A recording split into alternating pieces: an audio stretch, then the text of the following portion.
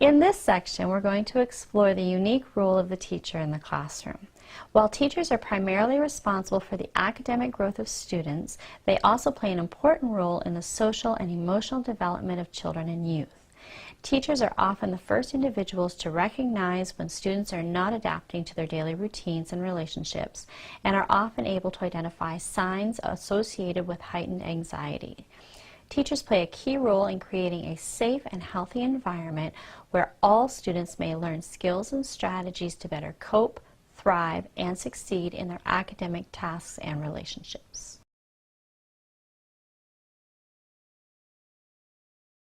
First, let's look at the universal practices and the ways that we as teachers can help children cope in our classrooms.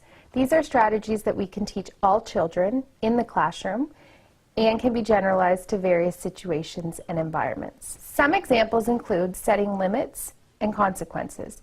Children are less anxious when they know and understand limits, expectations, and consequences. Ensure the consequences are just and appropriate to your audience. We need to acknowledge and respect children's feelings.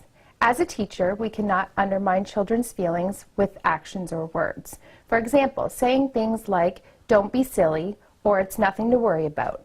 We need to acknowledge their fears and help them understand that we are there to help them with support and strategies. We can teach children relaxation techniques. Using visual techniques, we can help children to cope with anxiety-provoking situations. We can also teach problem-solving techniques. Something as simple as problem-solving worksheets can be used to help identify a problem with a child. It can show what needs to be changed, brainstorm ideas for solving problems and possible repercussions, rate the solution from best to worst, evaluate the viability of the solution and what could be changed in a similar situation next time. It is important to foster positive thoughts about self, others, and circumstances. Help children to find ways to turn negative self-talk into positive self-talk. For example, when children say, "I just can't do that," we could help them to say, "If I keep practicing, I will get better." Next, let's look at universal targeted practices, which are commonly known as Tier 2 interventions, and are skills and strategies that are individualized for students in need, are often taught in small group formats, and they are teaching of skills that may take place inside or outside the classroom. Some examples include taking breaks, both physical or non-physical. Some children just need a physical break from an activity such as exercise. They may need to just take a body break to help them calm their body from a stressful situation. Learning personal calming strategies such as counting or breathing. Children can find comfort in taking a few minutes to count to 10 while feeling anxious. These can also mean taking deep breaths in and out by counting to 4. Providing fidget toys, such as silly putty or chewy necklaces. Some children feel comfort with having just something in their hand to play with while feeling anxious. Teaching the zones of regulation to help self-regulate the level of anxiety may also be a tool to use in your classroom. The zones of regulation involve 4 zones for children to use when feeling anxious. These are identified by the colors blue, green, yellow, and red. In the blue zone, it is used to describe low states of alertness, such as when one feels sad, tired, sick, or bored. The green zone is used to describe a calm state of alertness. A person may be described as happy, focused, content, or ready to learn while in the green zone. This is the zone where optimal learning occurs. The yellow zone is also used to describe a heightened state of alertness and elevated emotions. However, one has some control when they are in the yellow zone. A person may experience stress, frustration, anxiety, excitement, silliness, the wiggles, or nervousness when in the yellow zone. The red zone is used to describe extremely heightened states of alertness and intense emotions. A person may be experiencing anger, rage, explosive behavior, devastation, or terror when in the red zone. A person is described as out of control in this zone.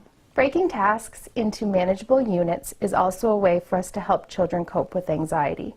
If a child is showing signs of anxiety for a given task, try to assign that child a smaller task. Have them start with maybe 3 math questions instead of 6 and see how they make out. Providing opportunities of practice and rehearsal of tasks is very important for children with anxiety.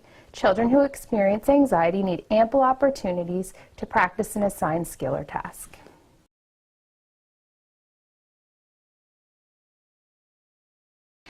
Now we're going to look at individualized practices for student coping, otherwise known as Tier 3 interventions. Classroom teachers may play an important role in identifying areas of concerns related to anxiety and in facilitating access to support for students and families outside of the classroom.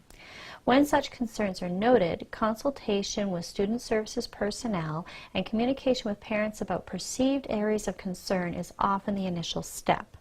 Students with specific anxiety concerns may also receive individualized support from student services or mental health service providers. Such professional helpers may include guidance counselors, educational support teachers, school psychologists, occupational therapists, mental health service providers. These individuals often work with children and youth and their families. Such efforts may also include working with homeroom teachers as part of the same support team to ensure that there is a consistent and collaborative approach to helping students within the home and school environments. The strategies we have provided in this module can be organized according to the pyramid of interventions. Each level of the pyramid represents an increased intensity of support for the student and their family. The first level involves our classroom practices for all students to help them cope and thrive within the classroom.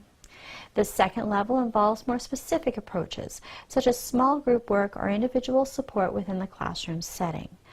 Finally, the third level of support involves not only educators, but also targeted professional support from student services personnel or mental health professionals who work individually with students and their families. With this level, the role of the teacher in the team is still an important consideration.